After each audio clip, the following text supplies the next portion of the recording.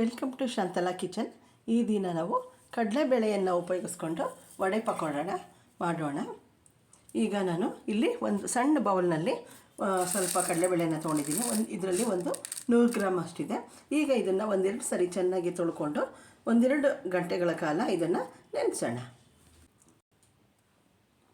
ಈಗ ಇದನ್ನು 1-2-3 ಸಾರಿ ಚೆನ್ನಾಗಿ ತೊಳ್ಕೊಂಡು 1-2 ಗಂಟೆಗಳ ಕಾಲ ಇದನ್ನು ಕಡಲೆಬೇಳೆನ ನೆನೆಸಿದ್ದೀನಿ. ಈಗ ಇದರಲ್ಲಿರುವಂಥ ನೀರನ್ನು ತೆಗೆದುಬಿಟ್ಟು ಇದನ್ನು ಮಿಕ್ಸಿ ಜಾರ್ಗೆ ಹಾಕೊಳ್ಳೋಣ. ಈಗ ಕಡಲೆಬೇಳೆಯಲ್ಲಿ ನೀರಿನ ಅಂಶ ತೆಗೆದಿದೆ. ಈಗ ಅದನ್ನು ಮಿಕ್ಸಿ ಜಾರ್ಗೆ ಹಾಕೊಳ್ಳೋಣ. ಈಗ ಕಡಲೆಬೇಳೆ ಹಾಕಿದೆ ಮಿಕ್ಸಿಗೆ. ಈಗ ಅದಕ್ಕೆ ನಾವು ಒಂದು ಖಾರಕ್ಕೆ 2 ಹಸಿಮೆಣಸುಕಾಯಿನ ಆ್ಯಡ್ ಮಾಡೋಣ. ಮತ್ತು ಸ್ವಲ್ಪ ಹಸಿ ಶುಂಠಿನ ಹಾಕೋಣ. ಮತ್ತು ರುಚಿಗೆ ತಕ್ಕಷ್ಟು ಸ್ವಲ್ಪ ಉಪ್ಪನ್ನು ಸೇರಿಸೋಣ. ಉಪ್ಪು ಸ್ವಲ್ಪನೇ ನೋಡಿ ಹಾಕ್ಕೊಳ್ಬೇಕು.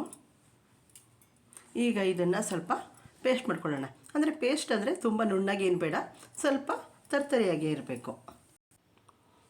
ಈಗ ನೋಡಿ, ಕಡಲೆಬೇಳೆ, ಹಸಿಮೆಣಸುಕಾಯಿ, ಉಪ್ಪು, ಸ್ವಲ್ಪ ಶುಂಠಿ ಇಷ್ಟನ್ನು ಕೂಡ ತರ್ತರಿಯಾಗಿ ಸ್ವಲ್ಪ ರುಬ್ಕೊಂಡಿದ್ದೀನಿ. ಈ ರೀತಿ ಸ್ವಲ್ಪ ತರ್ತರಿಯಾಗಿಯೇ ಇರಬೇಕು. ಇದು ನೈಸ್ಗೆ ಏನು ಇರೋದು ಬೇಡ. ನೋಡಿ, ಈ ರೀತಿ ಇರಲಿ. ಈಗ ಇದನ್ನು ಒಂದು ಬೌಲ್ಗೆ ಶಿಫ್ಟ್ ಮಾಡ್ಕೊಳ್ಳೋಣ.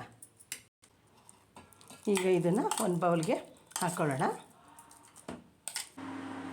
ನೋಡಿ, ಈಗ ಕಡಲೆಬೇಳೆನ ರುಬ್ಕೊಂಡಿದ್ದೀನಿ. ಈಗ ಇದರಲ್ಲಿ ಉಪ್ಪು, ಖಾರ, ಶುಂಠಿ ಎಲ್ಲನ ಹಾಕಿ ಇದನ್ನು ಸ್ವಲ್ಪ ತರ್ತರಿಯಾಗಿ ಪೇಸ್ಟ್ ಮಾಡ್ಕೊಂಡಿದ್ದೆ.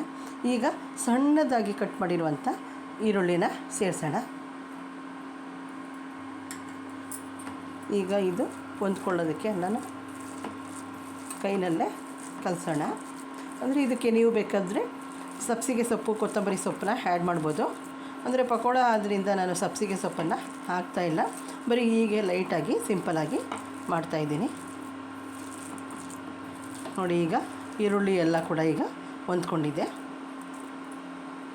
ಈಗ ಇದನ್ನು ಸಣ್ಣ ಸಣ್ಣ ಉಂಡೆಗಳಾಗಿ ತೊಗೊಂಡು ಹಾಕೋಣ. ಈಗ ನೋಡಿ, ಒಲೆ ಆನ್ ಮಾಡಿ ಬಾಣಲಿನಲ್ಲಿ ಎಣ್ಣೆ ಹಾಕಿ ಎಣ್ಣೆ ಕಾಯಕ್ಕೆ ಇಟ್ಟಿದ್ದೀನಿ. ಎಣ್ಣೆನೂ ಕೂಡ ಈಗ ಕಾದಿದೆ.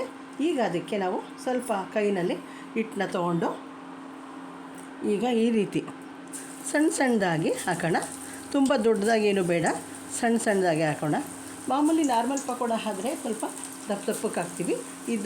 ಇದು ವಡೆ ಪಕೋಡ ಆದ್ದರಿಂದ ಇದನ್ನು ನಾವು ತೀರಾ ತುಂಬಾ ಸಣ್ಣದಾಗಿ ಹಾಕಿದ್ರು ಚೆನ್ನಾಗಿರುತ್ತೆ. ಮತ್ತು ಗರಿಗರಿಯಾಗಿ ಕೂಡ ಬೇಯುತ್ತೆ.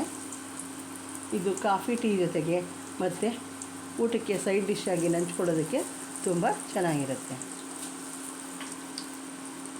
ಮತ್ತು ಕಡಲೆಬೇಳೆಯಲ್ಲಿ ಒಳ್ಳೆಯ ಫೈಬರ್ ಅಂಶ ಇರೋದ್ರಿಂದ ಮಕ್ಳಿಗೂ ಕೂಡ ಇದು ಒಳ್ಳೆಯದು.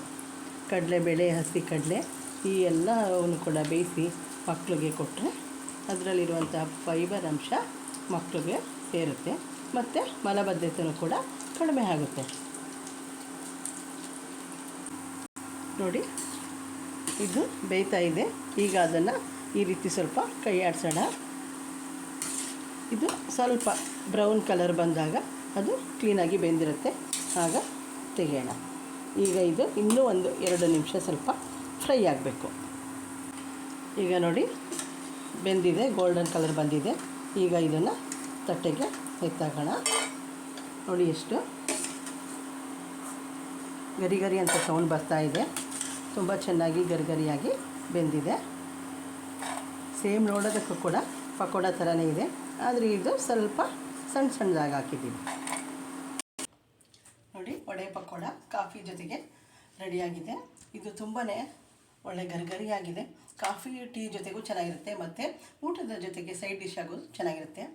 ನನ್ನ ವೀಡಿಯೋಗಳನ್ನು ನೋಡಿ ಲೈಕ್ ಮಾಡಿ, ಶೇರ್ ಮಾಡಿ, ಸಬ್ಸ್ಕ್ರೈಬ್ ಆಗಿ, ಮತ್ತು ವೀಡಿಯೋಗಳನ್ನು ಪೂರ್ತಿ ನೋಡಿ ನಮಗೆ ಲೈಕ್ ಮಾಡಿ ಮತ್ತು ಕಾಮೆಂಟ್ ಮಾಡಿ. ನಮಗೆ ಆಗ ಮುಂದೆ ಮತ್ತೆ ಹೆಚ್ಚು ಹೆಚ್ಚು ವೀಡಿಯೋಗಳನ್ನು ಮಾಡೋದಕ್ಕೆ ನಮಗೆ ಅನುಕೂಲ ಆಗುತ್ತೆ. ನನ್ನ ಈ ವಿಡಿಯೋವನ್ನು ನೋಡಿದ್ದಕ್ಕೆ ಥ್ಯಾಂಕ್ ಯು.